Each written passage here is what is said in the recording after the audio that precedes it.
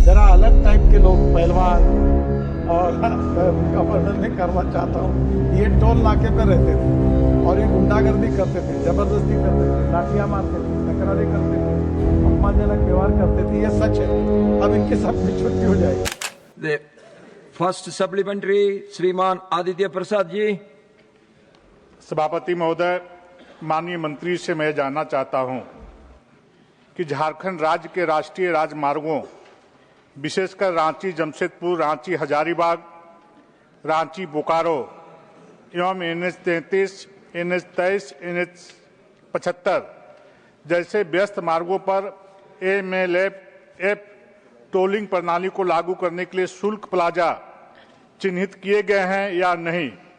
यदि हाँ, तो कार्य आरंभ करने की समय सीमा क्या है, और यदि नहीं तो झारखंड को इस सूची में शामिल न किए जाने के कारण क्या हैं? ऑनरेबल मिनिस्टर श्रीमान नितिन जयराम गडकरी जी। सम्माननीय अध्यक्ष महोदय, हमारे देश में जो अलग अलग प्रकार के रोड प्रोजेक्ट चल रहे हैं उसमें BOT है, हाइब्रिड एन्युटी है, TOT है और इनविट है। इसके अलावा जो प्रोजेक्ट जो है जो डिपार्टमेंट की ओर से होते हैं वो है। अगर टोटल की जाए तो ये 303 जो प्रोजेक्ट है जो ऑनगोइंग है, जो प्राइवेट लोगों को टोल कलेक्ट करते हैं, और करीब 760 प्रोजेक्ट है जो पब्लिक फंडेड है, जो गवर्नमेंट की तरफ से चलाए जाते हैं। अध्यक्ष महाराज, ये जो MLFF है ये बहुत अच्छी व्यवस्था है। ये मल्टी लेन फ्री फ्लो, पहले हमारे पास टोल पर पैसे देने पड़ते थे तो उसके कारण कभी कभी 3-3, 4-4, 5-5, 10-10 मिनट लगते थे। फिर फास्ट टैग आ गया, तो फास्ट टैग आने के बाद ये 60 सेकंड तक आया है और 60 से भी कभी कम होता है, और हमारा इनकम 5000 करोड़ कम से कम बढ़ा है।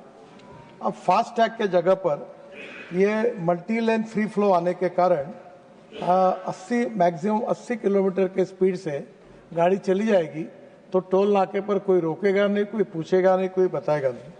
तो ये इसके कारण वेटिंग पीरियड लगभग 0 करने का हमारा प्रयास है। इसमें नंबर प्लेट और recognition plus AI and fast tag ये योजना है, और ये इम्प्लीमेंट करने के लिए 2026 एंड तक हम 100% ये काम पूरा करेंगे। और मैं आपको बताना चाहूँगा कि ये काम जब पूरा होगा तो कम से कम 1500 करोड़ रुपए का फ्यूल बचेगा, और हमारा इनकम कम से कम 6000 करोड़ और बढ़ने की संभावना है। टोल की चोरी खत्म हो जाएगी, तकलीफ खत्म हो जाएगी, और सबसे बड़ी बात है कि जो लोगों को रुकना पड़ता था वो भी बंद हो जाएगा। और इसके साथ हमारी सरकार ने और अच्छी योजना की है कि टोल देने के बारे में लोगों की बड़ी नाराजगी थी, तो अब केवल 3000 रुपये में 200 टोल फ्री है। तो ये पास हमने दिया है, जिसके कारण ये जहाँ करीब एवरेज 10 से 15,000 रुपये टोल महीने का लगता था जिनको, उनका काम अब 3000 रुपये में हो रहा है। तो उनका भी करीब 7 से 10,000 तक का सेविंग है। और मुझे लगता है कि ये जो टेक्नोलॉजी है इसके कारण निश्चित रूप से एक जो राहत लोगों को मिली है, उसके कारण काफ़ी बड़े प्रमाण पर जो ट्रैवल टाइम है वो भी कम हो जाएगा। Second supplementary Shri Aditya Prasad ji.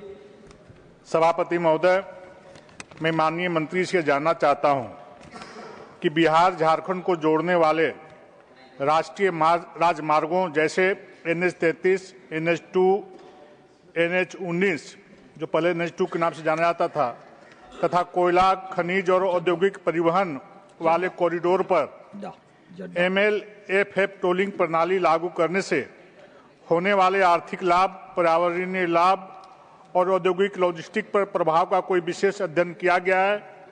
यदि हाँ, तो तत्संबंधी ब्यौरा क्या है? यदि नहीं, तो यह क्या सरकार जैसे खनिज प्रधान राज्य को प्राथमिकता सूची में शामिल करने पर विचार करेगी? सम्मान्य अध्यक्ष महोदय, झारखंड, बिहार सब रोड पर 1 साल के अंदर ये सिस्टम लग जाएगी। अब इसमें समस्या ये है कि कुछ कॉन्ट्रैक्टर जो सैंड की चोरी करते थे विदाउट रॉयल्टी, पत्थर लेके जाते थे, तो वो 2 गुना 3 गुना टोल कैश में भरते, पर वो पास नहीं लेते थे ट्रक का। वो जहाँ तक रिकॉर्ड करने में उनके साथ भी कोई अड़चने आती थी। अब रिकॉर्ड हो जाता था, तो अब निश्चित रूप से जो खनिज संपत्ति की चोरी करने वाली बात थी वो भी कमी आएगी, खत्म हो जाएगी। जीएसटी के साथ भी इसका ये जोड़ने के कारण जो किसी प्रकार की चोरी करने के बाद जीएसटी में भी पकड़े जाएंगे। तो एक प्रकार से पूरी सिस्टम को ट्रांसपेरेंट और करप्शन फ्री, और इससे सरकार की रॉयल्टी सरकार को मिलेगी होगी। और जहां विशेष रूप से हमारे मिनरल्स है उसका काउंटिंग भी हो जाएगा कि कौन से मिनरल के कितने ट्रक गए हुए हैं, और वाहन नाम का हमारा जो रिकॉर्ड है उसके ऊपर पूरा एग्जैक्टली इसके बाद मिल जाएगा। अब सवाल ये आया कि सुप्रीम कोर्ट ने एक प्राइवेसी लॉ के अंदर एक जजमेंट दिया था कि कौन कहाँ गया, कहाँ से जा रहा, ये जो इन्फॉर्मेशन है ये अगर ओपन होगी तो उसके लिए उसके फंडामेंटल राइट्स का वायोलेशन होगा क्या। तो हमने chief justice of India retired उनका ओपिनियन लिया और उसके आधार पर ये रिकॉर्ड हमने रखा है, और इसलिए मुझे लगता है कि सब राज्यों में लग जाएगा, सब जगह लग जाएगा।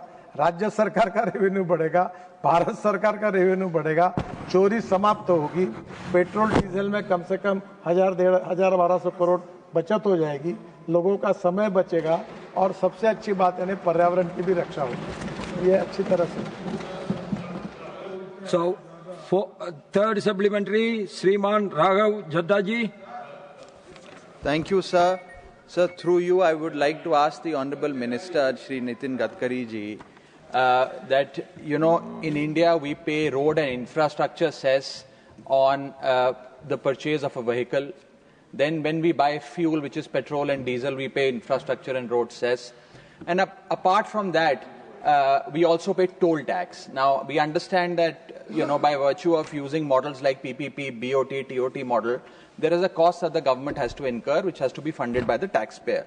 But sir, इतना पैसा देने के बाद दो चीजें हम चाहते हैं कि मिले। एक की सड़क अच्छी हो, लेन डीमार्किंग हो, पॉट होल्स ना हो, स्मूथ सड़क हो, और दूसरा सीमलेस कनेक्टिविटी। लेकिन देखा यह जाता है, बस मैं सवाल पूछ रहा हूं सर, देखा यह जाता है कि जब टोल पॉइंट पर पहुंचते हैं तो कंजेशन होती है, और उसके चलते 15, 20 मिनट, 40 मिनट, 50 मिनट तक गाड़ियों को खड़ा होना पड़ता है, जिसकी fuel cost, opportunity cost waste होती है। मेरा सवाल आपके माध्यम से माननीय मंत्री जी से यह है कि क्या हमें कुछ इस प्रकार के प्रपोजल पर ध्यान नहीं देना चाहिए कि यदि किसी भी वाहन को, किसी भी व्हीकल को 5 मिनट से ज्यादा अगर टोल प्लाजा पे खड़ा होना पड़े तो उसको फ्री में जाने की इजाजत दी जाए, उससे टोल ना वसूला जाए। कुछ इस प्रकार की आप योजना बनाएं। आप फास्ट टैग और RFID टैग और अन्य चीजें तो रख रहे हैं, लेकिन जब तक वो सीमलेस तरीके से इंप्लीमेंट नहीं होती है तो ये योजना बननी चाहिए कि 5 मिनट अगर रुकना पड़े तो टोल ना लिया जाए किसी आम नागरिक से। अध्यक्ष महोदय, मैं सम्मान्य सदस्यों को आश्वस्त करना चाहता हूं कि 2026 समाप्त होने के पहले 5 मिनट नहीं, 0 टाइम 80 किलोमीटर मैक्सिमम स्पीड से व्हीकल निकल जाएगा। यहाँ डायरेक्ट ऐसे पाइप की एंट्री होगी और बड़ा रोड होगा, गाड़ी निकल जाएगी, पता भी नहीं चलेगा रोड जैसा। कैमरा नंबर प्लेट का फोटो निकाल लेगा, फास्टैग का निकल जाएगा, रिकॉर्ड डायरेक्ट सैटेलाइट से उसमें जमा हो जाएगा, बैंक अकाउंट से पैसे निकल जाएंगे, और कहीं कोई तकलीफ नहीं, कोई पैसे मांगना नहीं, कोई लेना नहीं, कोई देना नहीं। और रिगार्डिंग आपने जो क्वालिटी के बारे में कहा है, हमने काफी स्ट्रिक्ट एक्शन लिया है और लगातार इसके बारे में इतने कठोर निर्णय किए हैं और लगातार सुधार कर रहे हैं। पर कभी कभी क्या होता है कि सोशल मीडिया पर और पब्लिक में we are only responsible for national highway. I am not responsible for state highway. I am not responsible for the city roads. I am not responsible for the rural roads. But I am only responsible for national highway. Many times इनके photo आकर फिर हमारे नाम पर बोलते कि ये कब होगा। जब हम इंक्वायरी करते तो 70% ऐसी बातें आती है कि जिसका हमारे साथ कोई संबंध नहीं।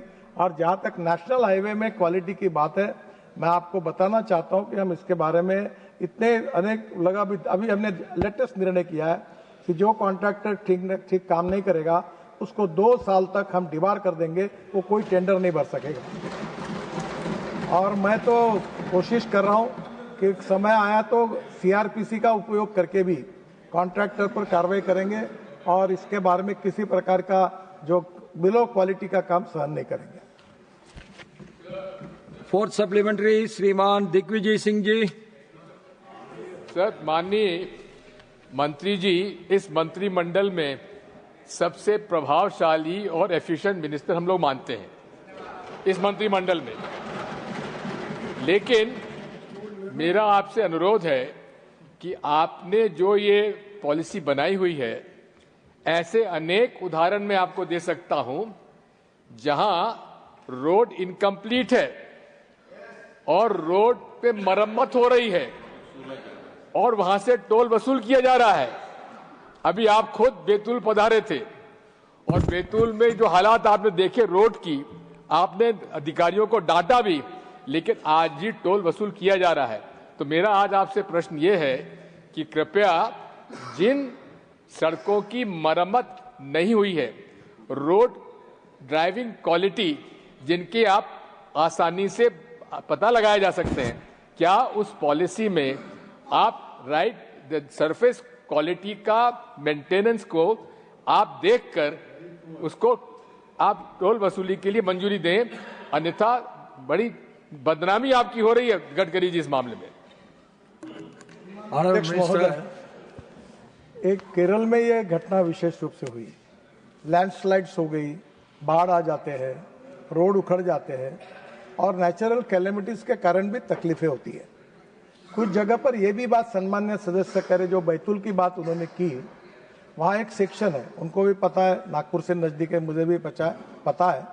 मैं अचानक बैतूल के एक फॉरेस्ट में परिवार के साथ गया, तो मेरा कार्यक्रम मालूम नहीं था। वैसे मैं जाता हूँ जहाँ वहाँ रोड एकदम अच्छे बन जाते हैं, तो मैंने देखा तो मुझे वहाँ बताया गया कि रात को बरसात आ रही थी, पानी आ रहा था और रेनकोट पहनकर रोड पे काम चल रहा था। तब मुझे गड्ढे थे और 6-7 महीने से वो गड्ढे थे। गड्ढे इसलिए थे कि फॉरेस्ट एंड एनवायरमेंट मिनिस्ट्री ने बैतूल के बाद आगे वो रोड को काम को परमिशन नहीं दी थी। और इसके बारे में फॉरेस्ट एनवायरमेंट के बारे में भी मैं हमारे एक सेक्शन में रिव्यू करता हूँ। वहीं से मैंने डीएफओ से फोन किया सबको, और मुझे बताते हुए खुशी हो रही कि मैं वापस आने के पहले ही वो प्रपोजल दिल्ली आया। वहीं से मैंने भूपेंद्र यादव से फोन किया, वो क्लियर हो गया। और वो जो फॉरेस्ट का 8 मीटर का सेक्शन था, जिसमें फॉरेस्ट ने परमिशन देने के कारण जो इटारसी से लेकर नागपुर बैतूल रोड पर जो रुका हुआ था, वो काम क्लियर हो गया, टेंडर निकला और वो काम शुरू हो गया। मैं आपको एक बात बताना चाहता हूँ कि जब हम लोग आजकल पैसा, जब ये बात आई है, हम मार्केट से पैसा खड़ा करते हैं। और मुझे बताते हुए खुशी हो रही है कि हमारे NHAI का रेटिंग AAA है। और सम्मान्य अध्यक्ष महोदय, जब हमारे इनविट मॉडल में हम मुंबई स्टॉक एक्सचेंज में गए तो 7 दिन का टाइम था। मुझे बताते हुए खुशी हो रही कि 7 घंटे में 7 टाइम्स ओवर सब्सक्राइब हुआ, इतना पैसा आया। यानी आखिर मुझे जाकर वो हमको बंद करना पड़ा। अब मैं आपको बता रहा हूँ, 1-2 मिनट रुकिए। तो ये जो पैसा हम लोग खड़ा कर रहे हैं, ये जो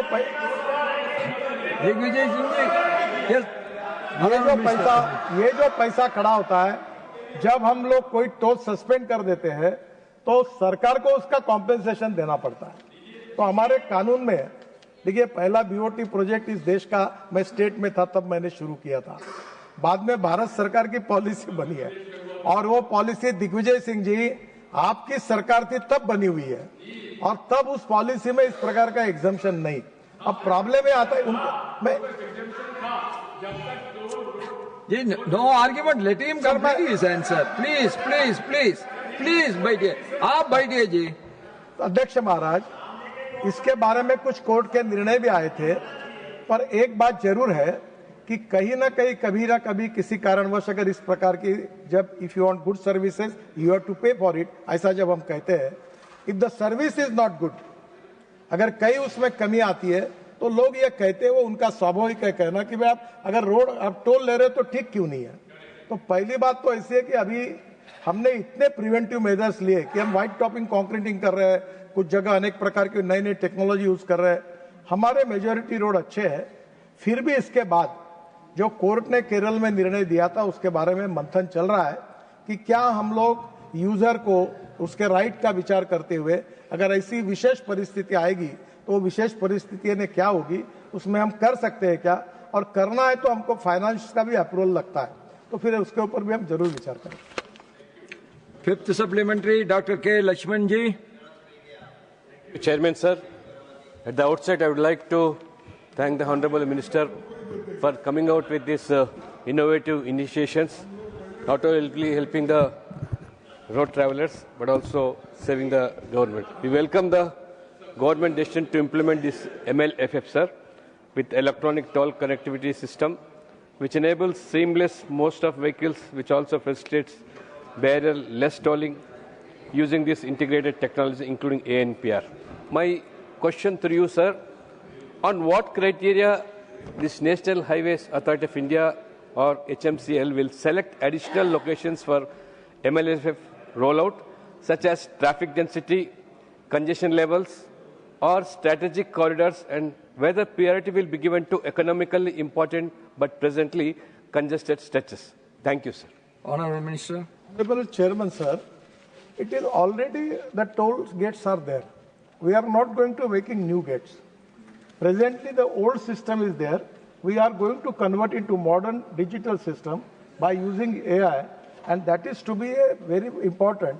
That it is very, very useful for the common man. As far as there will be the time wasting will not be there, fuel saving will be there, and at the same time, the camera will catch the image of number plate and FASTag, and with using satellite directly from his bank account, that exact amount will be subtracted.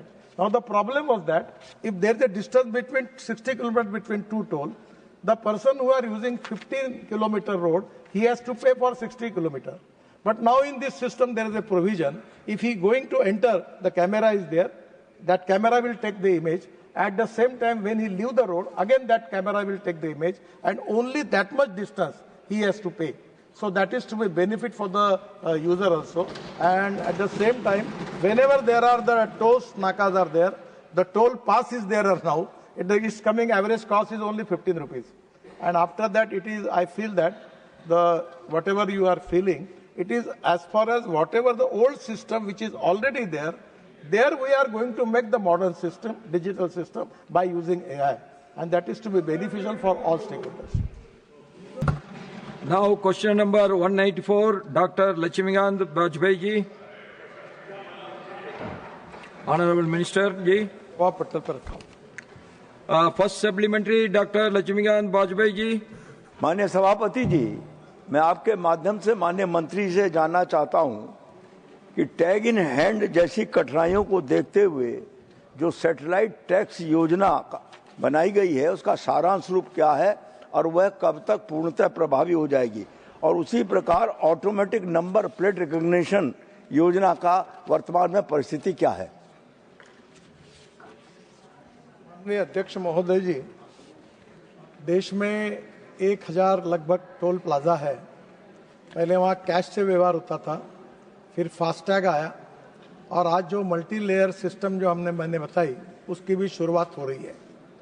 पहले 10 contract award हुए हैं और 10 process में है, और करीब 2026 दिसंबर तक हमने पूरा कार्यक्रम पूरा करके पूरे देश में ये सिस्टम लाने का हमने तय किया है। ये जो बात सम्मान्य सदस्य ने की है कि फास्टैग लेना और नंबर प्लेट अलग है और फास्टैग हाथ में लेकर दिखा देना और जाना, ऐसी केसेस कुछ हुई, ये एक प्रकार का फ्रॉड ही है। तो ऐसी केसेस जो आई है वो 6725 आई है, और उसके बाद में हमने ये पॉलिसी ली है कि इसमें 1 व्हीकल 1 फास्टैग पॉलिसी, और इसके बाद नए सिस्टम में नंबर प्लेट का भी फोटो आएगा। तो दोनों आने के कारण ये जो संभावना थी ये निकल गई है। फास्टैग को हमने वाहन सॉफ्टवेयर से लिंक किया है और लूज फास्टैग की संख्या एकदम घट गई है, क्योंकि अब दोनों के कारण, वाहन के कारण रिकॉर्ड होने के कारण स्वाभाविक रूप से जब वाहन के साइट पर जाता है तो कभी कभी कार का फास्टैग लेना, दूसरे व्हीकल को लेके जाना, ऐसे लोग होशियारियां कर रहे थे। अब लगभग ये समस्या कम हुई है। अब इसके लिए 1 vehicle 1 FASTag policy, double toll fee for loose FASTags not attach on windscreen of the vehicle, close multiple FASTag for 1 vehicle to eliminate fraud and duplicity. No FASTag can be issued without validation from Vahan, and fee collection through UPI from non-FASTag vehicles. ऐसे हमने जो निर्णय किया है, इसके कारण लगभग ये जो फ्रॉड और चोरी करने के प्रकरण थे वो लगभग खत्म हुए। Second supplementary, doctor Laxmikant Vajpayee ji. माननीय सभापति जी, मैं आपके माध्यम से माननीय मंत्री से जानना चाहता हूं कि टोल पर जो हिंसक घटनाएं होती हैं, झगड़े होते हैं, इनको रोकने के क्या उपाय किए गए हैं। और दूसरा प्रश्न मेरा है, मेरठ महानगर में जो एनएच से चारों तरफ एनएच से जो लोड महानगर के भीतर जाता है, इससे कारण उत्पन्न जाम की समस्या के निदान के लिए यदि इनर रिंग रोड बनाई जाती है तो क्या एनएच विभाग उस इनर रिंग रोड के बनाने में भी मदद करने पर विचार कर सकेगा? सम्मान्य अध्यक्ष महोदय, अभी कोई व्यक्ति खड़ा नहीं रहेगा टोल के ऊपर और कोई रोकेगा नहीं, कोई टोकेगा नहीं, कोई झगड़े नहीं, कोई गुंडागर्दी नहीं, कुछ नहीं। कैमरा ही काम कर रहा है। तो एक प्रकार से ये समस्या जो है ये निकल जाएगी और इसलिए टोल के कर्मचारी ये बात सम्मान्य सदस्य कह रहे हैं। विशेष रूप से जरा अलग टाइप के लोग, पहलवान, और मैं उनका वर्णन नहीं करना चाहता हूँ, ये टोल नाके पे रहते थे और ये गुंडागर्दी करते थे, जबरदस्ती करते थे, लाठियां मारते थे, तकरारें करते थे, अपमानजनक व्यवहार करते थे। ये सच है। अब इनकी सबकी छुट्टी हो जाएगी, इसमें कोई दिखेगा ही नहीं। तो आप एक चिंता मत करिए। रही सम्माननीय सदस्य ने बात की है कि जो मेरठ के लिए आउटर रिंग रोड की बात की है उन्होंने, हमने दिल्ली मेरठ रोड उनके गांव जाने के लिए अच्छा बनाया। पहले 3.5 घंटे लगते हैं, अब 45 मिनट में वो जा रहे हैं। और इसके बाद हमने दिल्ली देहरादून ये नया रोड बनाया है और दिल्ली देहरादून में जो 36 किलोमीटर जो हमारे अक्षरधाम मंदिर से बना है ये, उसको हमने पायलट चलने के लिए अलाउ भी कर दिया है और 10-15 दिन में दिल्ली देहरादून भी पूरा हो जाएगा और फिर दिल्ली से देहरादून केवल 2 घंटे में होगा और उसके होने के बाद ये तुरंत शुरू हो जाएगा 15 दिन में। पीएम साहब का समय हम मांगा है और ये होने के बाद इनके रोड का ट्रैफिक जो है वो काफ़ी कम होगा। फिर भी सम्मान्य सदस्य कह रहे कि और एक ring road, outer ring road जो बनाने की बात कर रहे हैं, इनर रिंग रोड, तो वो भी बात को मैं जांच कर जरूर देखूंगा। थर्ड सप्लीमेंट्री श्रीमान Pramod Tiwari ji. Thank you sir. Sir, बात बहुत हो रही है कलेक्शन की, पर सुरक्षा संरक्षा दोनों साथ जुड़े हुए हैं। मैं मेरठ के आसपास की बात कर रहा हूं सर, इजाजत दे दीजिएगा, थोड़ा सा डिविएशन है। सर, आज सुबह अखबार पढ़ा होगा जिसने, 13 लोगों की जान गई है दिल्ली आगरा मार्ग पर दुर्घटना से। मैं उनको श्रद्धांजलि देता हूं। एक सवाल सीधा सिर्फ पूछना चाहता हूं। 1 घंटे बाद एम्बुलेंस पहुंची और टोल पे जो रुके थे लोग, उसके आगे निकलने के चक्कर में ये घटना हुई। तो क्या माननीय मंत्री जी ये निर्देश देंगे कि जहां पे दुर्घटना, पहली बात तो होना, और अगर दुर्घटना हो तो उससे जल्दी से जल्दी उनको सहायता पहुंच सके, इसके बारे में कोई नीति, कोई प्रयास, कोई कदम उठाएंगे? जो लोग जल गए हैं, 13 तो मर गए हैं, जो ज्यादा जले हैं उनकी मरने की संभावना है। क्योंकि ये उत्तर प्रदेश से जुड़ा हुआ सीधा मसला है, तो मैं आपसे सिर्फ ये आग्रह करना चाहता हूं कि संरक्षा के साथ साथ सुरक्षा पर भी क्या नीति है, इस पर बताने की कृपा। अध्यक्ष महोदय, सम्मान्य सदस्य ने जो बात रखी है वो बहुत महत्वपूर्ण है और जो भावना उन्होंने व्यक्त की उसके साथ भी मैं सहमत हूँ। ये घटना यमुना एक्सप्रेस हाईवे पर हुई है, वो उत्तर प्रदेश सरकार का है, पर मैं ये नहीं कहूँगा। हमारे देश में 5 लाख एक्सीडेंट होते हैं, करीब 1,80,000 मौतें होती है और मरने वालों की संख्या में 18 से 34 एज ग्रुप में 66% लोग मरते हैं। ये इतनी भयंकर बात है कि कोई दंगे में, कोई लड़ाई में कई लोग इतने नहीं मरते, इतने इसमें जा रहे हैं। और इसके कारण हम लोग लगातार, मैं ये भी मानना करता हूँ, हम बहुत कोशिश कर रहे हैं पर हमें सफलता नहीं मिली। इसमें रोड इंजीनियरिंग और ऑटोमोबाइल इंजीनियरिंग में बहुत सुधार हुआ। इसके बाद में एनफोर्समेंट के लॉ जो है हमने और स्ट्रिक्ट बनाया, फाइन बढ़ा दिए। ह्यूमन बिहेवियर ये हमारी सबसे बड़ी समस्या है और रोड सुरक्षा के लिए मोबाइल रखकर स्कूटर पर और गाड़ी पर बैठकर बात नहीं करना, जहाँ तक ड्राइविंग करते समय लेन डिसिप्लिन का पालन करना, हेलमेट पहनना, ऐसी बहुत सी बातें हैं। पर आप जो कह रहे हैं इस पे एक बात मेरे भी ध्यान में आया और मेरा खुद एक्सीडेंट हुआ था, मैं भी इसका भुगतभोगी हूँ। और ये आप बिल्कुल सही कह रहे हैं कि 10 मिनट के अंदर एम्बुलेंस जानी चाहिए। ये IIM दिल्ली ने एक अध्ययन किया और उसमें ये ध्यान में आया कि ये 50,000 लोग जो मरे हैं, अगर इनको समय पर अगर मेडिकल ट्रीटमेंट मिल जाती तो उनकी जान बच सकती, जो बात आपने कही। It's very important. और ये करने के बाद हमने 2 योजनाएं की है। एक, पहले कोई एक्सीडेंट होता तो लोग भाग जाते थे, भाई लफड़े में नहीं पड़ना, तो अब जो भी उसको लेकर हॉस्पिटल पहुंचाएगा उस व्यक्ति को हम राहगीर डिक्लेयर करेंगे और उसको 25,000 रुपए का अवार्ड देंगे। दूसरी बात, वो जो भी हॉस्पिटल में लेके जाएंगे उसको मिनिमम 7 दिन का खर्चा 1.5 लाख रुपए और 7 दिन का जो खर्चा होगा वो हम उसको तुरंत NHI के इसमें से हमने उनका इंश्योरेंस करके देने वाले। और तीसरी बात आप जो कह रहे हैं, ये मेरे ध्यान में आई है कि एम्बुलेंस नहीं पहुंचती, पर जो राज्य सरकार की 118, 112 ऐसे अलग अलग नंबर रखते हैं, तो अभी हमने उनको कहा एक नंबर रखेंगे। और मैंने NHI में ये तय किया कि एम्बुलेंस में डॉक्टर और सब मॉडर्न एम्बुलेंस रखना, ECG निकालना, वो बैंडेज बांधना। और इम्पोर्टेंट एक बात है कि एम्बुलेंस के कोड में जब बस जलती है या गिर जाती है तो उसको निकाल कर लोगों को बाहर निकालने के लिए औजार ही नहीं है, तो कंपाउंडर क्या करेगा? कोई उसको ऑक्सीजन सिलेंडर से क्या करेगा? तो अभी एक स्पेशल टूल्स तैयार करके वो भी एम्बुलेंस में रख रहे हैं। तो वो कोड बनाया हमने ताकि तुरंत बस गाय में गिर जाती है तो उसको काट कर हम लोगों की जान बचा सके। और अभी हमने ये तय किया कि NHI का हमारा काम नहीं है, हम राज्य सरकार को हमारे तरफ से किलोमीटर के हिसाब से एक MOU करेंगे और उनको कहेंगे कि आपको हम लोग हर स्टेट को 100-150 जो एम्बुलेंस है हमारे पैसे से अच्छे क्वालिटी के एम्बुलेंस देंगे, आपके सिस्टम में चलाओ। पर हमारी कंडीशन ये होगी कि कोई भी एक्सीडेंट होगा तो 10 मिनट के अंदर आपकी एम्बुलेंस वहां पहुंचनी चाहिए।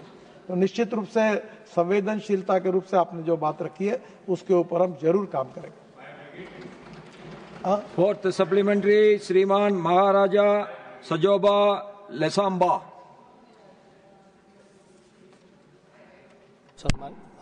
Sir, my supplementary questions pertains to Manipur. Sir, the conditions of national highways of Manipur are very bad and pitiful condition, with extortion and the restriction to travels. What positive measures or steps will be taken up in future at the earliest? Honorable Minister. अध्यक्ष महोदय, मणिपुर में पिछले कुछ 2 साल में आपको पता है कि वहाँ कानून और व्यवस्था की स्थिति ऐसी थी कि लैंड एक्विजिशन नहीं हुआ, कॉन्ट्रैक्टर भाग गए, हमारे कॉन्ट्रैक्टर की इक्विपमेंट को आग लगा दी गई और उसके बाद में हमने काफ़ी कोऑर्डिनेट करके उसको क्लियर करके काम करने की कोशिश की। बहुत से दिक्कतें सॉल्व हुई, कुछ प्रोजेक्ट पूरे भी हुए, कुछ समय दिक्कत भी है। पर अभी 12 जनवरी को पूरे नॉर्थ ईस्ट के सभी स्टेट का एक रिव्यू मीटिंग 12-13 जनवरी को गुवाहाटी में रखा है और उसमें प्रोजेक्ट टू प्रोजेक्ट हम रिव्यू करेंगे। चीफ मिनिस्टर वहाँ के जो गवर्नर साहब है उनको भी बुलाया है, अधिकारियों को भी बुलाया है और निश्चित रूप से सॉल्व करेंगे। पर मैं आपसे एक अनुरोध करता हूँ कि पार्लियामेंट में मेरा क्वेश्चन आवर खत्म होने के बाद मेरे ऑफिस में सभी अधिकारी रहते हैं दोनों दिन, तो आप आज भी है, आप खुद आकर एक पत्र भी दीजिए अधिकारियों के सामने, आपकी बात कराकर जहाँ ज्यादा दिक्कत होगी वो प्रश्न आज के आज सुलझाने का मैं प्रयास करूंगा। फिफ्थ सप्लीमेंट्री श्रीमान Santosh Kumar P. Thank you, sir. Sir, on 7th report of the CAG in the year 2023 is on the toll operations of National Highway Authority of India in South India. So there are a number of recommendations, suggestions in that report. So I would like to know the implementation status of the CAG reports. Honorable Minister. President, sir, the question is not related to the subject, but report is not with me. But on the basis of report, whatever the recommendation given by the CAG, the way in which we are now developing the new technology, that is multi-lane free flow, that is to be one of the important things where there is no loopholes, no frauds, no possibility of frauds. And that is the reason the system is totally digitalized, connecting to the satellite, direct transaction to the bank, and that's the reason now whatever the recommendation given by the CAG, by adopting this new solution, I feel that there will be no problem.